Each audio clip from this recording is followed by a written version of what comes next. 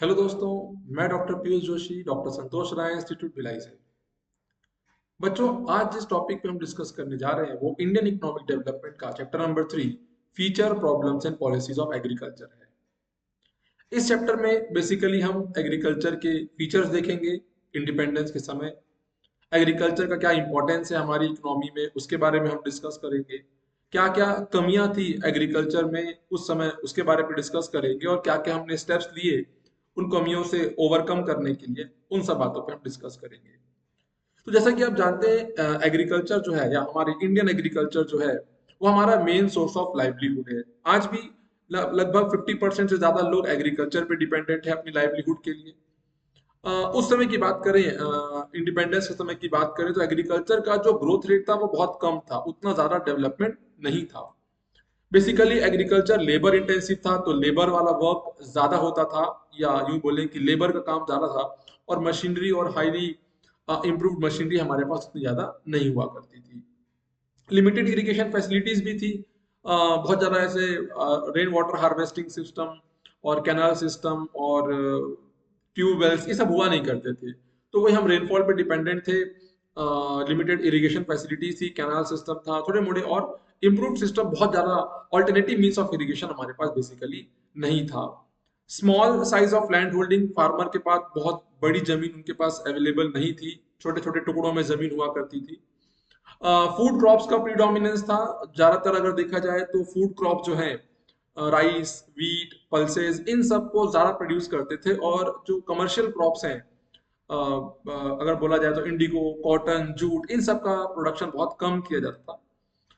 Basically जो production था वो भी कम था और प्रोडक्टिविटी भी कम थी। अगर प्रोडक्टिविटी की बात करें, प्रोडक्टिविटी का मतलब उसकी जो उपजाऊता, अगर मैं बोलूँ हिंदी में उपजाऊता, या उसका जो वहां से हम आउटपुट ला पा रहे हैं, उसका जो रेशो था वो बहुत कम था। मतलब कि अगर जिस लेवल पे हम आज प्रोड्यूस कर पा रहे हैं, हमारे पास ऑल्टरनेटिव मीन्स ऑफ इरिगेशन है, ऑल्टरनेटिव फार्मिंग सिस्टम बहुत सारे नए नए आ गए हैं, तो उस समय उतना ज्यादा प्रोडक्टिविटी नहीं थी। मतलब हम बहुत ज्यादा आउटपुट वहां से प्रोड्यूस नहीं कर पा रहे थे, फर्टिलिटी नहीं थी, अगर मैं सिंपल बात बोलूँ तो।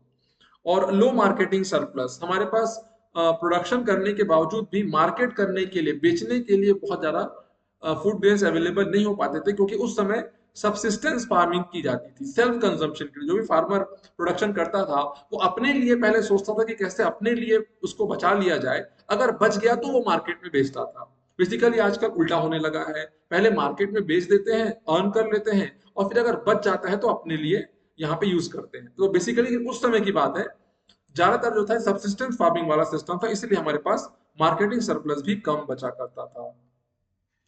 नेक्स्ट अगर हम बात करेंगे इंपॉर्टेंस का, सॉरी, एग्रीकल्चर का क्या इंपॉर्टेंस है हमारी इंडियन इकोनॉमी में, जैसे हमने देखा कि मेन सोर्स ऑफ लाइवलीहुड है। नियरली उस समय की अगर मैं बात करूं तो 70 to 80% जो पॉपुलेशन है, 71 के आसपास का कुछ डेटा है, पर एवरेज अगर ले तो 70 से 75-80% जो पॉपुलेशन है वो डायरेक्टली इनडायरेक्टली एग्रीकल्चर पे डिपेंडेंट था। तो हमारे लिए मेन सोर्स ऑफ लाइवलीहुड था एग्रीकल्चर, इंडिपेंडेंस के समय और आज भी है। नेशनल इनकम में कंट्रीब्यूशन था। ऑब्वियस सी बात है, अगर ज्यादातर लोग एग्रीकल्चर वाला काम कर रहे हैं, एग्रीकल्चर बेस्ड काम कर रहे हैं, तो नेशनल इनकम या जीडीपी भी कंट्रीब्यूशन भी एग्रीकल्चर का सबसे ज्यादा ही होगा। इकोनॉमिक डेवलपमेंट का बेस था, जितनी भी बड़ी इंडस्ट्रीज थी, इंडस्ट्रीज का बेस था। जितनी भी बड़ी इंडस्ट्रीज थी, जो फूड प्रोसेसिंग इंडस्ट्री हो गई, उनको रॉ मटेरियल एग्रीकल्चर से ही जाता था। सप्लाई ऑफ फूड ग्रेन्स, हम सबको फूड ग्रेन्स एग्रीकल्चर से ही मिलता है। और ट्रेड, कॉमर्स, सर्विसेज और जो एंसिलरी इंडस्ट्रीज हैं, उन सबको भी सपोर्ट एग्रीकल्चर ही करता था। तो बेसिकली देखा जाए उस समय की बात है, इंडिपेंडेंस के समय इंडियन इकोनॉमी के लिए एग्रीकल्चर एक बहुत ज्यादा इंपॉर्टेंट रोल प्ले करता था। नेक्स्ट अगर हम बात करेंगे प्रॉब्लम्स, इंडियन एग्रीकल्चर में प्रॉब्लम, तो बेसिकली हमारी जो प्रॉब्लम्स है उसको मैंने अपने टॉपिक में चार डिफरेंट पार्ट्स में डिवाइड किया हुआ है। सबसे पहला है natural problem. Natural problem basically nature से रिलेटेड है। टेक्निकल प्रॉब्लम, टेक्नोलॉजी हमारे पास ऑब्सोलीट हुआ करती थी, तो टेक्नोलॉजिकल जो प्रॉब्लम है उससे रिलेटेड टेक्निकल प्रॉब्लम्स हैं। इकोनॉमिक प्रॉब्लम्स आ गए हमारे पैसे से रिलेटेड, फंड से रिलेटेड, क्रेडिट से रिलेटेड। और बची कुछ जो प्रॉब्लम है उसको मैंने अदर प्रॉब्लम्स की कैटेगरी में डाल दिया है। तो नेचुरल प्रॉब्लम की अगर हम बात करेंगे, सबसे पहले अनसर्टिनिटी ऑफ रेनफॉल। रेनफॉल कोई ऐसा सर्टेन नहीं था, किसी साल बहुत ज्यादा बारिश हो जाती थी, किसी साल कम बारिश होती थी। तो सर्टेनिटी नहीं थी रेनफॉल को लेकर के, अनसर्टिनिटी थी। और जैसे कि मैंने बताया कि हमारे पास ऑल्टरनेटिव मीन्स ऑफ इरिगेशन भी नहीं था, हम अगेन रेनफॉल पे डिपेंडेंट होते थे। तो ये सबसे बड़ी प्रॉब्लम होती थी कि बारिश का होना, इस अगले साल बारिश होगी या नहीं होगी, अच्छी बारिश होगी, ज्यादा होगी, सूखा पड़ेगा, बाढ़ आएगी, इसकी सर्टेनिटी नहीं थी। नेक्स्ट, नेचुरल कैलेमिटीज का होना, फ्लड हो गया, अर्थक्वेक हो गया, और ड्रॉट हो गया, ऐसे बहुत सारे और नेचुरल कैलेमिटीज आते रहते थे फ्रीक्वेंटली। इसके कारण भी हमारा जो एग्रीकल्चर का था उसके प्रोडक्शन में प्रॉब्लम होती थी। टेक्निकल प्रॉब्लम की अगर हम बात करेंगे तो हम उस समय बहुत एडवांस टेक्नोलॉजी यूज करते नहीं थे एग्रीकल्चर में। आजकल हमारे पास थ्रेशर है, हार्वेस्टर है, ट्रैक्टर्स हैं और बहुत सारी इंप्रूव मशीनरीज भी आ गई हैं, बट उस समय हमारे पास ऐसे बहुत इंप्रूव मशीनरी हुआ नहीं करती थी। तो टेक्निकल प्रॉब्लम में आ जाते हैं तो पहला है ऑब्सोलेट टेक्निक ऑफ प्रोडक्शन। हम बहुत आउटडेटेड, वो ऑल्टरनेटिव मीन्स ऑफ इरिगेशन हमारे पास था नहीं, सबसिस्टेंस फार्मिंग हम करते थे, सेल्फ प्रोडक्शन के लिए करते थे, और वही पुराने टेक्निक हम ज़्यादा यूज किया करते थे। नई एडवांस टेक्नोलॉजी हम बहुत ज़्यादा एग्रीकल्चर में ला नहीं पाए थे उस समय। इम्प्रूव्ड सीड्स हमारे पास नहीं थे। गवर्नमेंट ने बहुत सारी पॉलिसीज भी बनाई कि HYV सीड्स अवेलेबल करा पाए, पेस्टिसाइड्स अवेलेबल करा पाए, फर्टिलाइजर अवेलेबल करा पाए, पर वो बहुत ज़्यादा कॉस्टली हुआ करते थे। तो इन सब का अवेलेबिलिटी तो था, पर ज़्यादातर इसकी अवेलेबिलिटी ना होने के कारण इम्प्रूव्ड सीड, HYV सीड्स की शॉर्टेज हुआ करती थी। इकोनॉमिक प्रॉब्लम की अगर हम बात करेंगे तो इंडियन फार्मर, अगेन जैसे आज भी यही सिचुएशन है कि फार्मर अपने फार्मिंग एक्टिविटी के लिए वो साहूकार, लैंडलॉर्ड या बैंक या फिनेंशियल इंस्टीट्यूशन से लोन लेता है, और फिर अगर इस बार अच्छी फार्मिंग नहीं हो पाई, अच्छी फसल नहीं हो पाई, तो उसको वो बेच करके अर्न नहीं कर पाता, और उस उधार को ना चुकाने के कारण वो अगेन उधार के बोझ के तले दबता जाता है। तो ऐसा इंडेटनेस ऑफ फार्मर जो था, ये मेन प्रॉब्लम थी। और एक बार अगर लोन लिया, अगली बार कोई उसको लोन देने को रेडी नहीं होता था क्योंकि पुराना उसने लोन चुकाया नहीं है, तो धीरे धीरे वो अपने बोझ के तले, या यूं बोले कि क्रेडिट के बोझ के तले दबता रहता था। बहुत ज्यादा हमारे पास क्रेडिट फैसिलिटीज थी नहीं। ज्यादातर डोमिनेंस अगर देखा जाए तो जो इंडिजिनस फार्मर्स हैं या इंडिजिनस लैंडलॉर्ड्स हैं, उनका ज्यादा डोमिनेंस था। जो लोकल बैंक हो गए या ग्रामीण लोग हो गए, कोई बड़ा पैसे वाला हो गया गांव का, इन सब लोग का दबदबा था, इन सब लोगों का डोमिनेंस था। और हमारे पास कोई बैंकिंग सिस्टम, मतलब NBFC बैंक वगैरह जो है वो हमारे गांव तरफ नहीं थे, रूरल एरिया में नहीं थे। तो ये एक बहुत बड़ी प्रॉब्लम थी कि हमारे पास क्रेडिट फैसिलिटी बहुत ज्यादा एक्सपेंडेड नहीं थी, लिमिटेड क्रेडिट फैसिलिटी थी, और अगेन क्रेडिट के लिए फार्मर्स को जमींदार के पास ही जाना पड़ता था। Defective agriculture marketing system. Marketing का मतलब ये नहीं कि हम अपने प्रोडक्ट को मार्केट कर पाए। मार्केट का मतलब होता है कटाई से लेके बेचने तक, लाइक प्रोसेसिंग करना, उसकी ग्रेडिंग करना, पैकिंग करना, स्टोरिंग करना, ये सब चीजें मार्केटिंग में आती। तो हमारे पास ये सब मार्केटिंग के बहुत ज्यादा ऑप्शंस नहीं थे। फार्मर को अगेन वही अपना सामान नॉर्मल किसी एजेंट के पास लाके बेचना पड़ता था, तो एक मार्केट करने का प्लेस नहीं था हमारे एग्रीकल्चरिस्ट के पास। अदर प्रॉब्लम्स की बात करेंगे तो पॉपुलेशन अगेन बढ़ता जा रहा था। पॉपुलेशन को फीड करने के लिए हमारे पास हमारी एग्रीकल्चर पे बहुत ज्यादा दबाव बन रहा था, तो हम बहुत ज्यादा उसको बढ़ा नहीं पा रहे थे, एक्सपोर्ट नहीं कर पा रहे थे, क्योंकि हमारा डोमेस्टिक कंजम्पशन ही बढ़ रहा था, क्योंकि पॉपुलेशन धीरे धीरे बढ़ती जा रही थी। और एग्रीकल्चर रिसर्च को लेकर के लोगों में अवेयरनेस नहीं थी, नॉलेज नहीं थी। वो जो पुराना चलता आ रहा है, 10 साल 100 साल पुराना एग्रीकल्चर का सिस्टम, वही लोग फॉलो कर रहे थे। कोई नई चीजें, नया रिसर्च, नई टेक्निक लेकर के हम एग्रीकल्चर में नहीं आ पा रहे थे। तो ये कुछ हमने देखा प्रॉब्लम्स के बारे में। अब हम बात करेंगे एग्रीगेरियन रिफॉर्म्स की। दोस्तों, एग्रीगेरियन रिफॉर्म्स याद करने के लिए बहुत इजी है। जैसे हमने प्रॉब्लम पढ़ा यहाँ पे, जैसे हमने देखा यहाँ पे 3 प्रॉब्लम, बेसिक प्रॉब्लम है, नेचुरल प्रॉब्लम, टेक्निकल प्रॉब्लम और economic problem.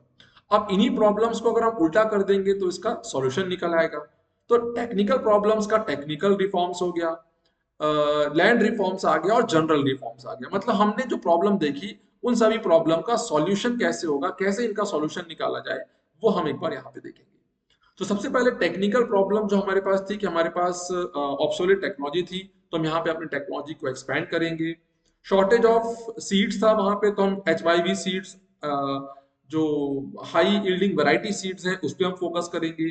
Chemical, pesticides, fertiliser, इन सब का हम इस्तेमाल और करेंगे, और इंडिया में कोशिश करेंगे इसका प्रोडक्शन हो पाए, ताकि इसका कॉस्ट कम हो और ज्यादा ज्यादा फार्मर को इसका फायदा मिल सके। और मैकेनाइज्ड मींस ऑफ कल्टीवेशन, जैसे हमने प्रॉब्लम में देखा कि हमारे पास एडवांस टेक्नोलॉजी नहीं थी एग्रीकल्चर में, तो हम यहाँ पे मशीन का यूज ज्यादा कोशिश करेंगे, मशीन का यूज ज्यादा कर सके, ताकि इंप्रूवमेंट ला सके एग्रीकल्चर में। तो टेक्निकल रिफॉर्म्स में हमने 4 बार बेसिकली चीजें देखी। HYV सीड्स हम यूज करेंगे, केमिकल, फर्टिलाइजर, पेस्टिसाइड्स, इनका यूज करेंगे, और mechanised means of cultivation, machine का हम ज्यादा यूज करना चाहेंगे। नेक्स्ट इज इंस्टीट्यूशनल रिफॉर्म, जिसको हम लैंड रिफॉर्म्स बोलेंगे। लैंड रिफॉर्म्स की बात करें तो सबसे पहले जो इंटरमीडियरीज थे, जो एजेंट थे, या जो बोले जमींदार थे, उनको सरकार ने एबॉलिश किया, वो सिस्टम को हटाया, और डायरेक्ट फार्मर अपना प्रोडक्ट कस्टमर को डायरेक्ट बेच सकता है। जो बीच के एजेंट थे, उन सब इंटरमीडियरीज को सरकार ने हटाया। रेगुलेशन ऑफ रेंट, पहले के जमाने में जो जमींदार थे वो मनमाना रेंट वसूलते थे फार्मर से। कोई रेंट का एक सिस्टम नहीं था, जिसका मन जैसा आया वो वैसा रेंट लेता था। तो सरकार ने बहुत सारे रूल्स एंड रेगुलेशन ला करके रेंट को रेगुलेट किया, मतलब एक तरीका बनाया कि एक एरिया में इससे ज्यादा रेंट या इससे ज्यादा किराया नहीं वसूला जाएगा जमीन के लिए, अगर किसी के पास जमीन नहीं है तो। कंसोलिडेटेड लैंड होल्डिंग, जैसे कि मैंने प्रॉब्लम में बताया आपको कि स्कैटर्ड लैंड होल्डिंग था, शॉर्टेज ऑफ लैंड था, जमीन एक जगह अवेलेबल नहीं थी, स्कैटर्ड थी, यहाँ वहाँ अवेलेबल थी। तो हम एक जगह, कंसोलिडेशन का मतलब है मिला करके एक जगह मैं लैंड होल्डिंग दे दूंगा, जमीन एक जगह अवेलेबल करा पाऊंगा, तो मुझे प्रोडक्शन करने में वहां पे इजी पड़ेगा। लैंड होल्डिंग की सीलिंग, गवर्नमेंट ने रूल्स लाया कि लैंड होल्डिंग की सीलिंग रहेगी। एक एरिया में इससे ज्यादा लैंड किसी को भी नहीं दिया जाएगा, ताकि वो लैंड बाकी किसी फार्मर के लिए भी बचे, अवेलेबल हो पाए। And cooperative societies, cooperative marketing system, cooperative farming को इंस्टीट्यूशनल रिफॉर्म में गवर्नमेंट ने प्रमोट किया कि हम कोऑपरेटिव सोसाइटीज बना करके, कोऑपरेटिव बैंक्स बना करके कोऑपरेटिव फार्मिंग हम करें, तो ज्यादा इजी होगा, ताकि अपने रिसोर्सेज को हम प्रॉपरली यूटिलाइज कर पाएंगे और डिस्ट्रीब्यूट भी कर पाएंगे अमॉन्ग्स द फॉर्मर। तो ये कुछ रिफॉर्म्स थे, लैंड रिफॉर्म जो हमने गवर्नमेंट ने लिए लैंड रिफॉर्म्स के तौर पे। नेक्स्ट इज जनरल रिफॉर्म, मतलब पहला था, हमने देखा कि लैंड रिफॉर्म में सरकार ने क्या क्या रिफॉर्म्स लिए, ये तो कुछ लैंड रिफॉर्म्स थे। तो इसके पहले हमने देखा था टेक्निकल रिफॉर्म, जहाँ पे टेक्नोलॉजिकल एडवांसमेंट को लेकर के था। अब आ जाते हैं जनरल रिफॉर्म। जनरल रिफॉर्म्स में ऐसे चीजें जो कि सरकार ने बेसिकली क्रेडिट को लेकर के, इकोनॉमिक जो प्रॉब्लम थी उसको ठीक करने के लिए जनरल रिफॉर्म्स लाया गया। तो सबसे पहले इरिगेशन फैसिलिटी को एक्सपैंड करेंगे, जैसे मैंने स्टार्टिंग में बताया कि हमारे पास ऑल्टरनेटिव मींस ऑफ इरिगेशन नहीं था, हम वो पुराने सिस्टम पे ही चलते थे। तो गवर्नमेंट ने बहुत सारे पॉलिसीज ला करके sprinkle system, drip system, rain water harvesting, इन सब टेक्निक्स को और एक्सपैंड किया। क्रेडिट अवेलेबल कराया, जो पहले की जमींदार, लैंडलॉर्ड, साहूकार जो थे गांव के, वो लोग पैसा दिया करते थे, वो लोगों का डोमिनेंस था। अब धीरे धीरे गवर्नमेंट ने बैंकिंग फैसिलिटी एक्सपैंड किया, छोटे छोटे गांव में, कस्बों में बैंक खुलने लगे। एनबीएफसी थे, नॉन बैंकिंग फाइनेंशियल इंस्टीट्यूशन, ये भी अपना ब्रांच बैंक गांव में ओपन करने लगे, ताकि गांव वालों को ये जो ऑर्गेनाइज सेक्टर है उसका फायदा मिल सके और अनऑर्गेनाइज सेक्टर का शेयर कम हो सके। कोऑपरेटिव मार्केटिंग सोसाइटी हम लेकर के आए, रेगुलेटेड मार्केट लेकर के आए, और price support policy. Price support policy बहुत अच्छी पॉलिसी है, जहाँ पे एमएसपी, जिसको हमने अभी लेटेस्ट में देखे थे कि एमएसपी भी एक कुछ पॉलिसी होती है, जहाँ पे मिनिमम सपोर्ट प्राइस, कि कम से कम इतना पैसा तो फार्मर को मिलेगा कि उसका एटलीस्ट कॉस्ट कवर हो सके। तो प्राइस सपोर्ट पॉलिसी की एक मिनिमम प्राइस फार्मर को मिल पाए उसके प्रोडक्ट का, ताकि उसका जो कॉस्ट है, लागत है, वो एटलीस्ट कवर हो जाए। तो ये कुछ पॉलिसीज थी जहां पे गवर्नमेंट ने जनरल रिफॉर्म्स के तौर पे इसे यूज किया।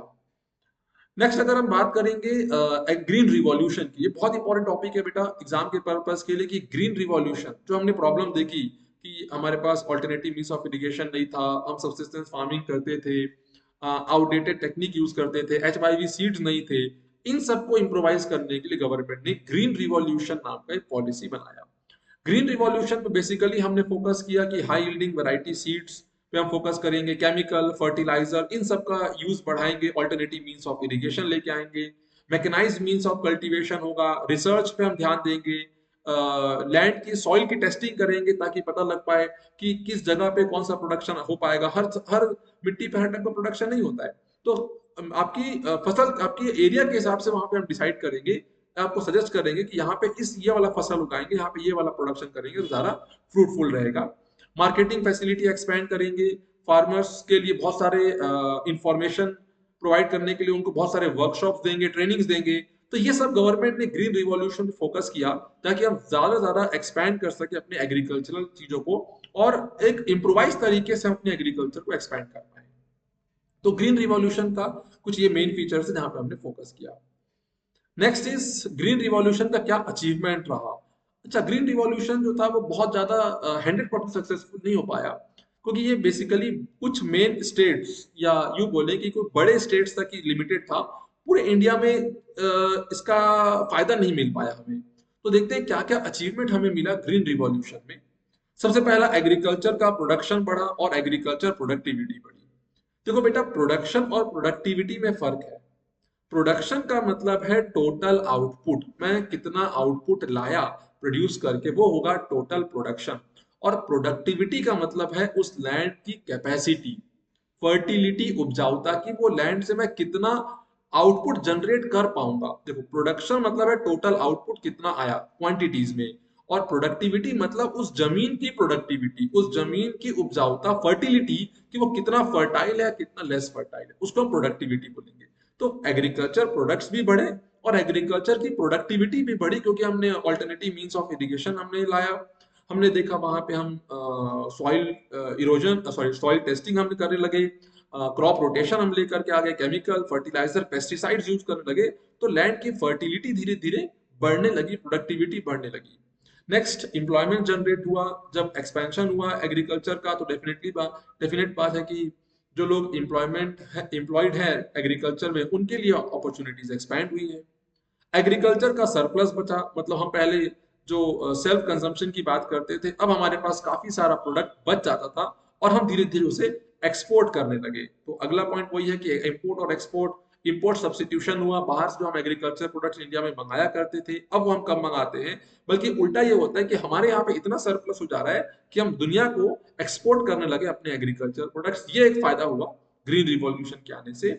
और ये सब हुआ, प्रोडक्शन बढ़ा, प्रोडक्टिविटी बढ़ी, एम्प्लॉयमेंट जनरेट हुआ, एक्सपोर्ट बढ़ा, तो डेफिनेटली एग्री जो फार्मर्स है उनकी प्रोस्पेरिटी बढ़ गई, उनका इनकम बढ़ गई और उनका डेवलपमेंट भी हुआ। तो ये कुछ बेसिक अचीवमेंट्स थे जो हमने ग्रीन रिवॉल्यूशन में अचीव किए। ऑब्वियस सी बात है कि ग्रीन रिवॉल्यूशन 100% सक्सेसफुल तो नहीं हो पाया, तो कुछ उसके लिमिटेशंस या फेलियर्स रह गए। जैसे कि लिमिटेड एक्सपेंशन, मैंने आपको बताया कि ग्रीन रिवॉल्यूशन पूरे इंडिया में इक्वली एक्सपेंडेड नहीं था। कुछ मेन अगर हम बात करें स्टेट्स की, हरियाणा, पंजाब, राजस्थान, यूपी, इन सब स्टेट्स में ज्यादा एक्सपेंडेड था, और कुछ स्टेट्स में उड़ीसा, बिहार, झारखंड, इस जगह पे बहुत ज्यादा इसका डेवलपमेंट या इसका जो फायदा नहीं मिल पाया फार्मर्स को। Adverse economic and social effect, अच्छा इकोनॉमिक और सोशल इफेक्ट कैसे पड़ा, नेगेटिव इम्पैक्ट कैसे पड़ा, कि ऐसे फार्मर जो पहले रिच हुआ करते थे, वो ये pesticides, chemical fertiliser, HYV seeds buy कर लेते हैं। लेकिन अगेन जो गरीब फार्मर है, छोटा फार्मर है, वो कैसे बाय करेगा? तो अमीर फार्मर ये सब टेक्निक ला करके और अमीर होता गया, और जो पुअर फार्मर है, गरीब फार्मर है, वो और गरीब होता गया, क्योंकि वो ये सब टेक्निक यूज नहीं कर पाता था, जस्ट बिकॉज उसके पास फंड्स या पैसे अवेलेबल नहीं हुआ करते थे। Next, limited increase in production, production बहुत ज्यादा बढ़ा नहीं, कुछ ही क्रॉप्स पे हमको फायदा मिला, सारे क्रॉप्स से फायदा नहीं मिला। एग्रीकल्चरल इनपुट्स हम इंपोर्ट करते थे, फर्टिलाइजर, केमिकल, पेस्टिसाइड्स, इंडिया में 100% तो नहीं प्रोड्यूस होते थे, तो हम इसे बाहर से इंपोर्ट किया करते थे। अगेन फिर हम इंपोर्ट पे डिपेंडेंट हो गए, और अनएम्प्लॉयमेंट बढ़ा, कि जैसे कोई एक जमीन है, वहां पे अगर 10 लोग काम कर, 10 लेबर काम कर रहे हैं, तो मशीन के लगाने से और वो 5 लेबर ही काम कर पाएंगे, तो बचे हुए 5-7 जो लेबर है, 6-5 लेबर हैं, वो अनएम्प्लॉयड हो गए थे। तो ये एक हमको कुछ देखना पड़ा नेगेटिव इम्पैक्ट, की ग्रीन रिवॉल्यूशन के आने से क्या नेगेटिव इम्पैक्ट पड़ा, या कौन कौन से एरिया पे ग्रीन रिवॉल्यूशन काम नहीं कर पाया, या यूं बोले कि फेल हो गया। अब हम बात करेंगे ग्रीन रिवॉल्यूशन को सक्सेस बनाने के लिए क्या हमारे सजेशंस रहेंगे। तो बेटा, जो प्रॉब्लम्स थी उसी को अगर हम उल्टा कर देंगे तो हमारा यही सजेशन हो जाएगा। जैसे कि यहाँ पे था लिमिटेड एक्सपेंशन, कि लिमिटेड एरिया पे एक्सपेंडेड था, तो उसका सॉल्यूशन क्या होगा? वाइड स्कोप, हम उसके स्कोप को बढ़ा देंगे। ये हमने देखा कि जो ग्रीन रिवॉल्यूशन था, वो पहले जो रिच फार्मर्स हैं उन तक ही सीमित था, इसलिए इकोनॉमिक और सोशल डिस्पैरिटी बढ़ गई थी। तो अब इसको कोशिश की जाए अगली बार कि ये जो स्मॉल फार्मर है, गरीब फार्मर है, उन तक भी ग्रीन रिवॉल्यूशन का फायदा पहुंच सके। सॉइल का सर्वे कराएंगे, जैसे मैंने बताया था स्टार्टिंग के पॉइंट्स में, कि सॉइल की अगर टेस्टिंग कराएंगे, सॉइल का सर्वे कराएंगे, तो हम पता लगा पाएंगे कि आपकी जमीन की ज्योग्राफिकल कंडीशन या इन्वायरमेंटल कंडीशन के हिसाब से, सॉइल की कंडीशन के हिसाब से कौन सा वाला आपका आउटपुट यहाँ होना चाहिए, किस टाइप की आपको प्रोडक्शन करना चाहिए, किस टाइप का आपको प्रोडक्ट उगाना चाहिए, ये हम सॉइल टेस्टिंग से कर पाएंगे। तो अगर हम सर्वे ऑफ सॉइल या सॉइल टेस्टिंग पे फोकस करेंगे, तो डेफिनेटली हम ग्रीन रिवॉल्यूशन को और एक्सपैंड कर पाएंगे।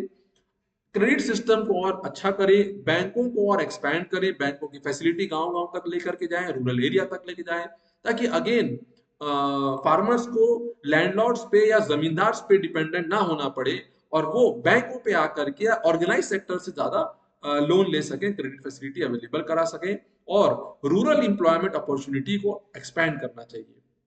कोशिश हो कि हम एग्रीकल्चर ही नहीं, हम वहां पे कोई स्मॉल स्केल इंडस्ट्रीज लगा दें या छोटी मोटी और इंडस्ट्री लगा दें ताकि इंप्लॉयमेंट अपॉर्चुनिटी जनरेट हो सके, तो लोग सिर्फ एग्रीकल्चर पे डिपेंडेंट ना हो। ऑल्टरनेटिव और बहुत सारे ऑप्शंस अगर हम निकालें वहां पे कि हम कैसे वहां पे इंप्लॉयमेंट जनरेट कर सकते हैं, कॉटेज इंडस्ट्री लगा के, स्मॉल स्केल इंडस्ट्री लगा के, agriculture outside employment outside agriculture generate करके, जैसे कि एनिमल हस्बेंड्री हो गया, फिशरीज हो गया, ये सब हम और एक्टिविटीज क्या क्या लाएं ताकि हम सिर्फ एग्रीकल्चर पे ना डिपेंडेंट रहे और किसी दूसरी इंप्लॉयमेंट अपॉर्चुनिटीज और जनरेट कर सके, एक्सपैंड कर सके। तो दोस्तों ये हमने कुछ शॉर्ट एंड समराइज तरीके से देखा कि एग्रीकल्चर की क्या पॉलिसीज थी, उसके फीचर्स क्या थे, क्या कमियां थी, ग्रीन रिवॉल्यूशन के क्या अचीवमेंट्स थे और क्या कमियां रह गई हमारे ग्रीन रिवॉल्यूशन में, ताकि हम उसको नेक्स्ट टाइम इंप्रूव कर सकें। दोस्तों इस चैप्टर में इतना ही, अगले वीडियो में मिलेंगे किसी नए चैप्टर के साथ। तब तक के लिए thank you, Tata, all the best.